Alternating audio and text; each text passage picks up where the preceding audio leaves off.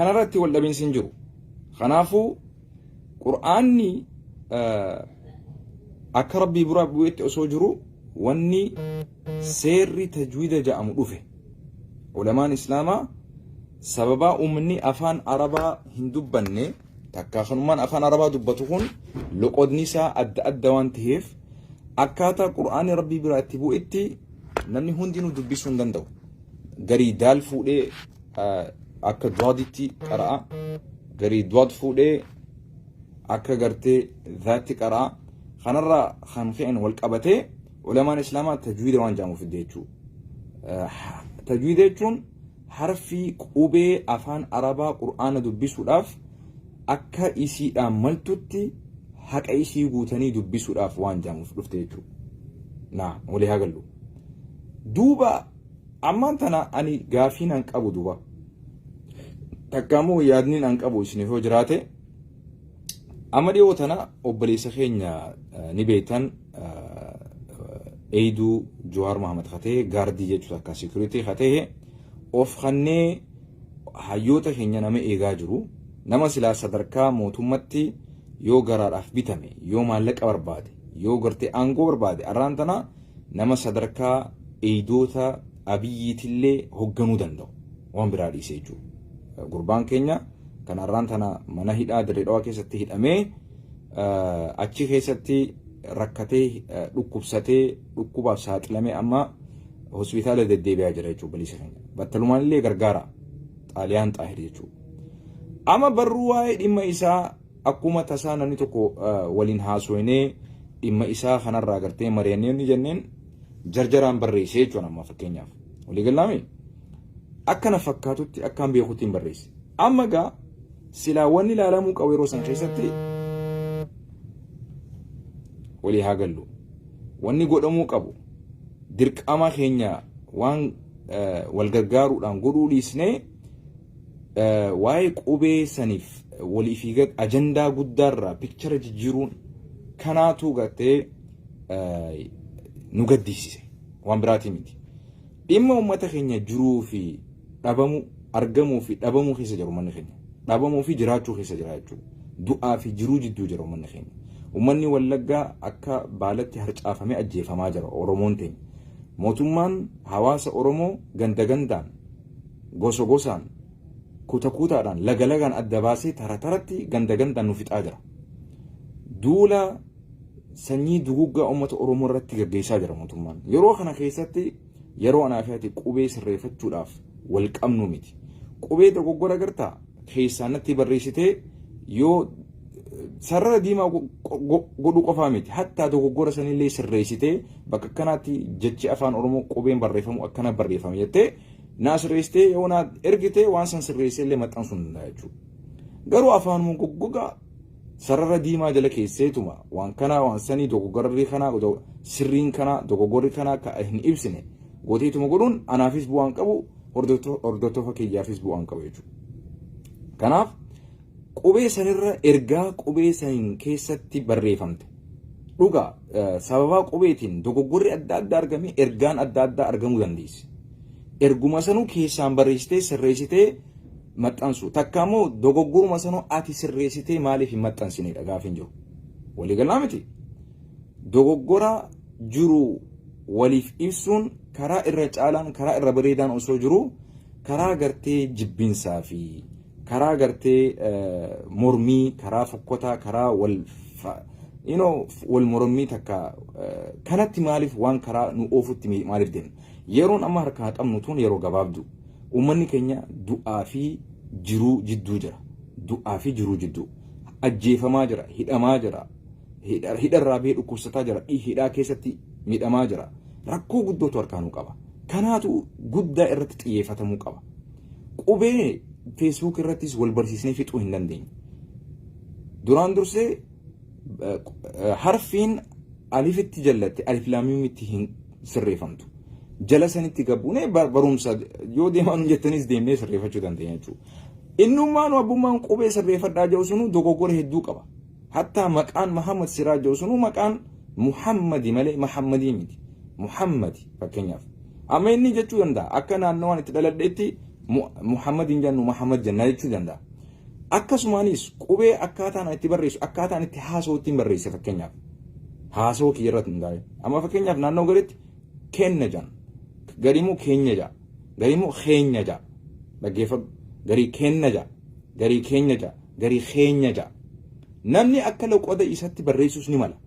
Dogoggorri akkasii atiif dogoggora ta'uu hin danda'u anaaf dogoggora ta'uu danda'a.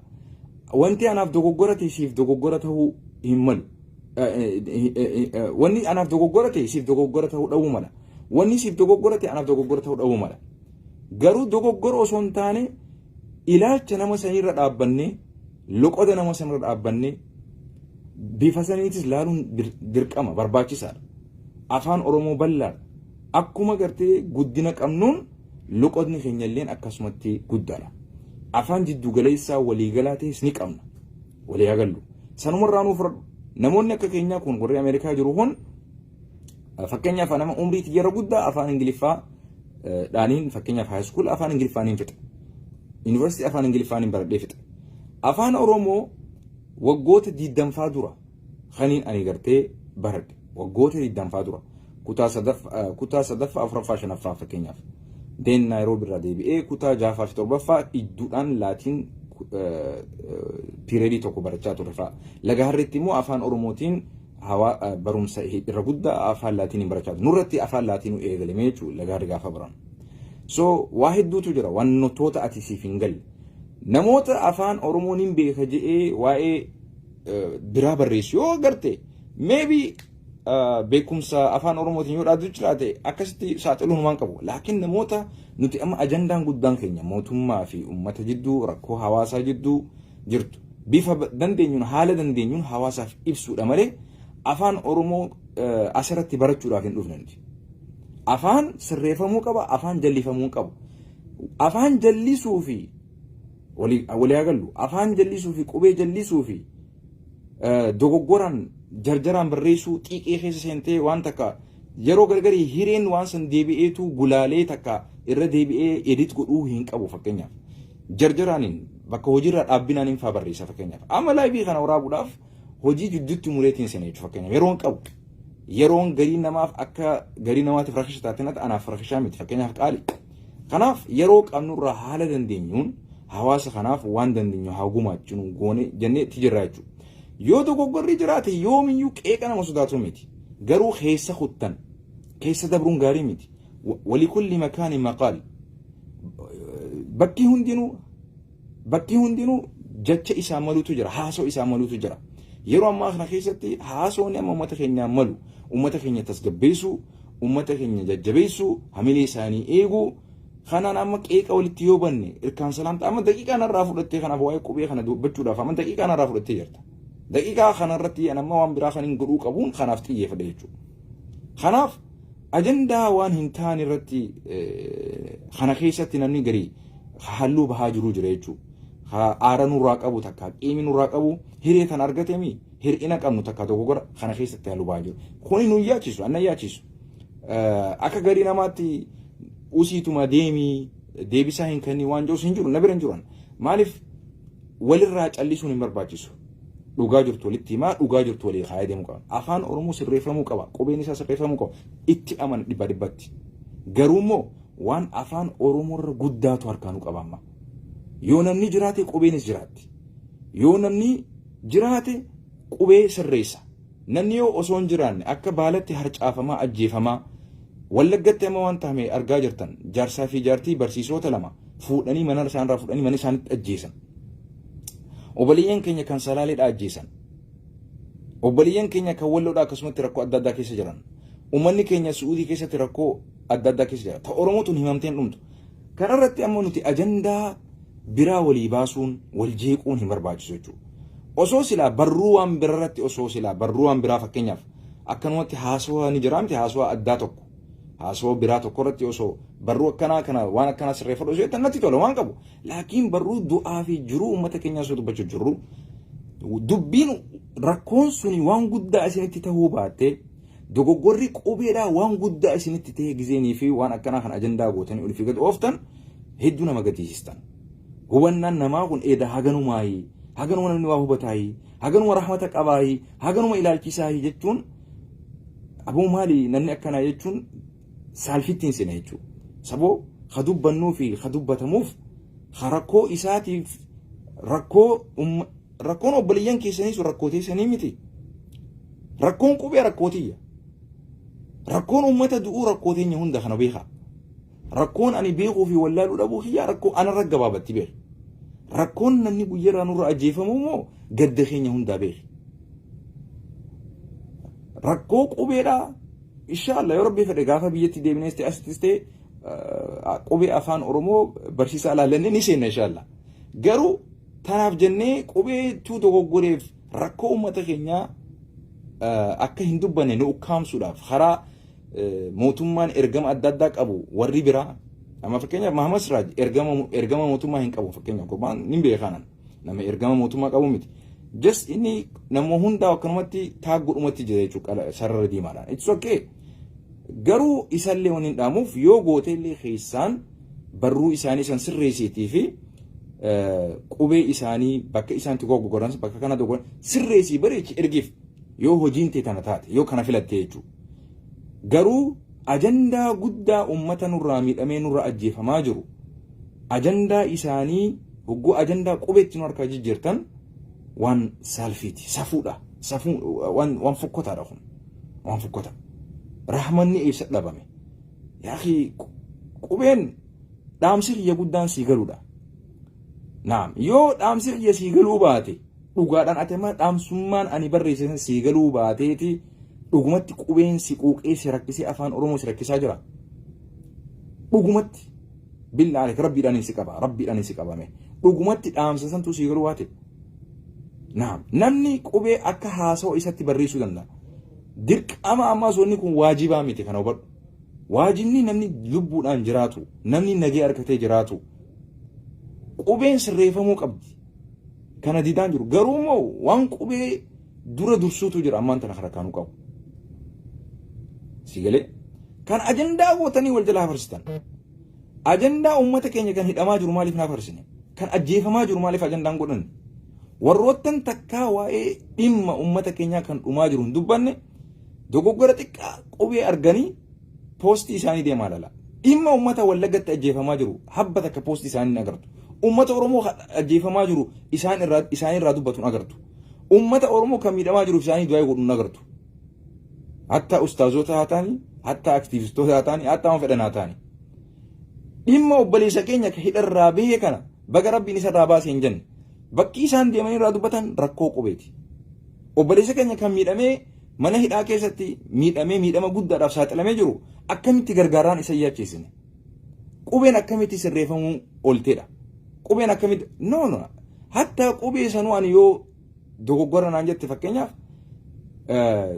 anumaa maal nagooti beektaa hin dogoggorree jechuullee nagoosite jechuu yoo barbaadde akkaan fedhetti barreessin jechuun danda'a fakkeenyaaf ergaan tiyya bakka gahuudhaanaaf fakkeenyaaf ergaan kiyya bakka gahuudha akkaati qubee na barsiistu an feesbuuk baraan dhufne sin jechuun danda'a fakkeenyaaf kanaaf xiiqee keessa seenuu fi imooshinaal ta'uu osoo hin taane just sammuu tasgabbiitiin gattaa'ii yaadi sammuu hinaaffarraa qulqulluu taateen sammuu rakkoorraa qulqulluu taateen sammuu jibbarraa qulqulluu taateen sammuu rahmata qabduun gattaa ilaali qubeetu dursa moo miidhama uummata keenyaatu dursa ati qubee si yaachisa an qubeen na yaachisaa jirtu amma yeroo ammaa tana keessatti qubeen amma yeroo ammaa tana keessatti yaaddoo kiyyaa miti rakkoo kiyyaa miti qubeen ittiin dhufa saniis amma namni jiraachuu fi dhabamuu jidduu jiruutu na yaachisaa jira waliigalaa miti kanammoo ajandaa godhatanii keessattuu yoo namni waa qajeelchuu barbaade imaamu Shaafi'i rahimahullah maal jedhe namni nama sirreessuu barbaadu yoo nama dogoggora namaa sirreessuu barbaade jedhan gara khobaatiin gara keessaatiin nama san gorsi takka sirreessi jedhan namni namaan gorsa jedhee takka namaan qajeelchuu barbaade jedhee publicly bahee takka publicly hawaasa irratti social media irratti ta'u guutuu uummata irratti illee nama sirreessuudhaaf yaalii godhu nama san eebeesuu nama san xiqqeessuu nama san hammeessuu nama san fokkisuuf yoo ta'e malee nama saniif yaada gaarii qabaateeti miti jedhama Imaamu Shaafi'iin namni namaaf yaadu yoo quuqama afaan oromoo sirreessuu barbaadde wanni nuti barreessaa jirru gaazexaadhaa miti. Wanni nuti barreessaa jirru kitaabaa miti. Maxxansaa waa maxxansuutti hin jiru jechuudha. Wanni nuti dhaamsa gabaabaa akka beeknutti si barreessaa jirra. Akka nu galetti akka dandeenyutti jechuudha. Akka humna keenyatti jechuudha. Si galuu baata mirga qabda dhiisuu. Sani achitti immoo kana ajandaa godhuu hin qabdanidha. Qajeelfamanaaf yaadda nama biraatiif yaadda keessaan waan inni barreessisan sirreessii tolchi barreessii ergeef takka waan san sirreessii maxxanseef maal qaba waan qabu war qoma balladhu. Kanammoo guddistanii waan guddaa gootanii ajandaa gisee gootan hedduu nama gaddisiistan. Hubannaan keessanii fi ilaalchi keessanii beekumsi keessanillee gaafii keessa seenaa jechuudha. Walii haa gallu. Keessattuu obboleeyyan keenya irra guddaan namni afaan qubee baratee hirii argatee waa xiqqoo. Hiree isin qubee irraan tana afaan Oromoo itti argattanii barattanii hanjamaatti gootan tana nuti gariin keenya argachuu dhabuutu mala beeka. Haga dandeenyu kanaahu yaalii goonee barreessaa jira. Kanaahu Rabbiin subhaanahu wa ta'ala irratti gartee nu haa gargaaru. Sodaa kanaatiif immoo daawwattoonni keenya obboleeyyan kiyya sodaa qubee namaa nu jala sararaaf if duuba dhaamsa qabdan if duuba illee deebitanii ifitti illee rifattanii dhaamsa qabdan irraa duuban deebina. Qubee sirreeffadhaatii barreessaa dhaamsa keessan dabarfadhaa haga dandeessanitti akka beetanitti akka laqoda keessanitti barreessaa. Naam kun rakkoodhaa miti. Kanammoo asuma irratti nurraa gabaabsa ajandaa kanaa miti ajandaa ofiifuu nuti jalaa ba'uu hin dandeenyeetu harkaa nu jira. Yaa Rabbi jalaa nu baasi keessachuu jiru. Ajjechaan uummata keenyaa dhaabbachuu qaba. Hayyoonni keenya hidharraa bahuu qaban. Hayyoonni keenya lamaa sadii hidharraa nu bee malee hayyoonni Oromoo guddaan hidhaa jira. Salaaleen rakkoo keessa jirti. Walloon rakkoo keessa jirti. Wallaggaan rakkoo keessa jira. Uummanni Musliima Itoophiyaa rakkoo keessa jira. Sigalee amma fakkeenyaaf keessa naannoo galitti keessa akkasitti barreeffama. Gariin namaa dhuftanii wanni isin barreessitan keessaa fi dogoggora naan jettan. Ani amma loqoda hedduu jidduudhaan hin guddadhe fakkeenyaaf. Loqonni yeroo galii Wallaggatti faa gala. Yeroo galii hatta Shawatti illee gala. Yeroo galii hatta Booranatti illee gala. Naayiroobii gaafaan ture afaan Booranaa kanaatu nu dhiyaate hedduu akka malee. Dansa akka wal keessa makaadha loqonni kiyya fakkeenyaaf. Sitti fakkaatu mala. Yeroo galii amma warri Harargee dhufanii maaliif loqoda afaan Harargee osoo Harargee taatu akka Arsiitti maaliif dubbataa hojjechuu jira. Fakkeenyaaf ani immoo afaan Harargee tuffadhee afaan kan ittiin ol aantummaa barbaadeen afaan hundumaaf wal qixa loqonni hundumaaf wal qixa hundinuu Oromoodha. Garuu akka Rabbiin alaafiste waan Rabbi afaan na kaa'een hin dubbadha. Kanaaf immoo nam tokkollee apruuvaala isaa barbaadu kan hubadhu. Kanaaf immoo an akka sheekootii biraa akka darsoota biraa qeeqamuu fi arrafamuu keetirraa illee sodaan qabu. Na arrabsituus na qeeqaa oltuus anis kaleessa sanuma arraas sanuma. Waan sirraa barumsa argadhe irraa fudhadhee irratti hojjedha. Galatoonfadheetiin jira yaadadha. Galatoonfadheetiin garuu eegas boodani heddummeessitan. Edaa isin hogguu xiqqoo chaa isin jaan chaa chuuchii namaan jettan isin. Edaa galata sodaat fudhattan waan bira fudhattan waan bira jijjiirattan. Galatoomii obboleessa koo je'ee qeeqama keetiif sirreeffama keetiif abbaa fedhe ta'ullee gorfamuudhaaf nuti anytime qalbiin tiyya banaa namni tokko na gorsuudhaaf. Garuu keessa kuttan ajandaa gootanii hafarsitanii feesbuukii nama waan qubee ta'e jechuun uummata keenya obboleeyyan keenya kan Oromoo kan Wallaggatti jaarsaa fi jaartii ajjeefame. Rakkoon isaanii mul'atu sitti. Rakkoo qubeetu sitti mul'ata. Rakkoo uummata Oromoo nama 20 ol bakka takkaa mootummaan qotee bulaa keenya gizee eenyu kan salaaleedhaa gizee rashanee ajjeesu sitti mul'atu. Bakka nama aarsu eegale jechuun kanaatu na aarse malee sirreeffama qubeetii fi kanaa miti kan aarse. Sirreeffama dura akka gaafa dura dubbadde dhiifama galatoomii jennee bira dabarre eegas booda dalaguma godhattanii billaa alaykum xiqqasho yaada sammuun teessan ani akkamiin yaaddanii na dhibe yeroo gargari ilaalcha akkamiin guddina akkami kun barumsa akkami barumsa keessa dabartan malee barumsi isin keessan dabre jechuu war namni barumsi keessa dabre akkanaa miti. Barumsa keessa dabartan malee barumsi isin keessan dabre jechuu war. Kanaaf asumatti gabaabsi waa'ee ajandaa qubee itti deebina. Abbaa qaba, bakka itti baratamuu jira, bakka itti sirreeffamuu jira. Asirratti miti kan walii sirreessan. Asirratti hawaasni bal'aadha. Loqotni isaa akka hawaasni guddina isaatti kan Booranaa akka addatti barreessa loqotni isaa adda, kan Arsiitis loqotni isaa adda, kan Harargee loqotni isaa adda. keessa keenya keenya kun hundinuu lama barruun isaa adda akkuma sagaleen loqonni isaa adda ta'e keessa walii galaa miti kanaaf kanumaan isin jechuu barbaada asumarratti haa gabaabsannu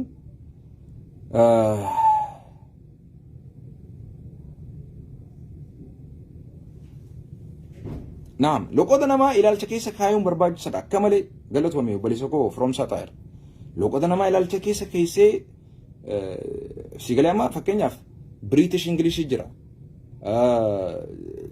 American English jira sigalee Ingiliffumaan kunu amma turn off the lights sinjaa fakkeenyaaf warri faranjiidha amma warri UK maal jaa put on the lights jaa put off the lights jaa amma warri Americaadha maal jaan turn on the light turn off the light jaan this is American English amma warri British English maal jaa put on the light put off the lights sinjaa jechuudha amma kanaan fakkeenyaaf kan dogoggora kun sirriidha jechuun dandeessu America keessatti ma South fi North nu loqotni isaanii wal laba walii galaa miti amma nuti Minnesota janna gariin nama akka biratti Minnesota warjoo jiraatu it's okay this is a beauty of khuni bareedumina gartee faay rabbiin subhanahu wa ta'ala adda godheen uume irraa kanaaf gara biraa nama geessiti wanni Facebook irratti loqoda walii sirreessu takka ammoo qubee walii sirreessu tun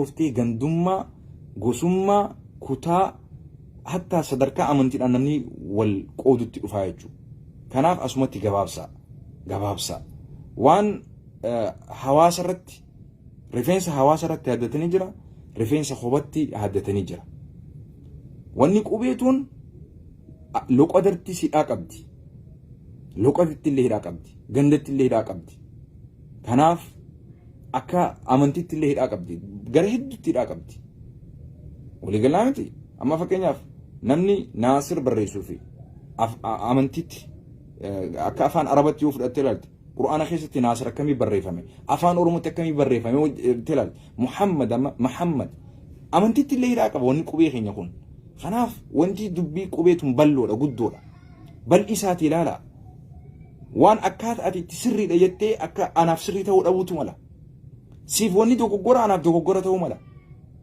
wanni anaaf dogoggora hin taane siif dogoggora ta'uu dhabuutu mala wanni atiif dogoggora anaaf dogoggora hin taanetu jira wanni anaaf dogoggora siif dogoggora hin taanetu jira kan hubadhu perspektiivii kee qofaan hin ilaalin muraayatii qofaan hin ilaalin muraayaa loqoda hundaatiin muraayaa amantiitiinis ilaali hundarrama wanni si dhaamu ammallee wanni sin jechuu barbaadu rabbiin waan gaarii jaalata waan bareedduu jaalata afaan tolchuun waa hunda uffata kee tolchitee uffatuun afaan kee tolchitee dubbatuun afaan kee tolchitee bareeffatuun rabbii biratti illee galatatti qabda mindaatti qabda kana beer kanarraa rakkoon qabnu garuu bakka qaba akkaataa qaba haala qaba safuutu jira aadaatu jira adabaatu jira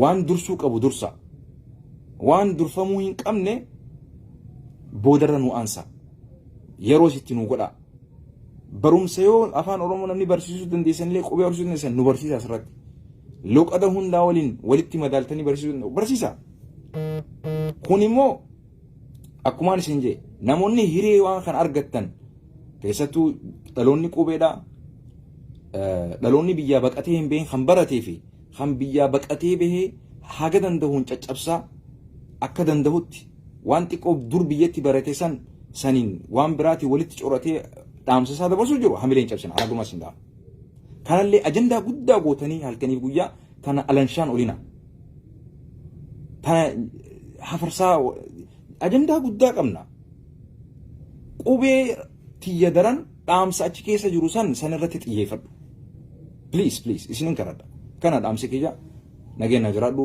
turtii gaarii rabbi jechaan isin jaaladha kana keessatti aara isin irraa qabu aarri an qabu yoo jiraate dhimma guddaa lakkistanii dhimma boruutti deebuu dandeenyu dhimma qubeedhaa yeroo feenetti itti deebuu dandeenya dhimma immoo ajjechaa fi duguggaa sanyii uummata Oromoo yeroo ammaa tanatti haga dandeenyutti yoo hin dhaabsisne dhabamuun keenya nuti hundarraa hin oolu jechuudha afaan qubee yoo jiraanne qubee Oromiyaa fi Oromoo qofa irratti miti guutuu addunyaa irratti illee barsiisuudhaaf carraa yuunivarsiitii keessatti illee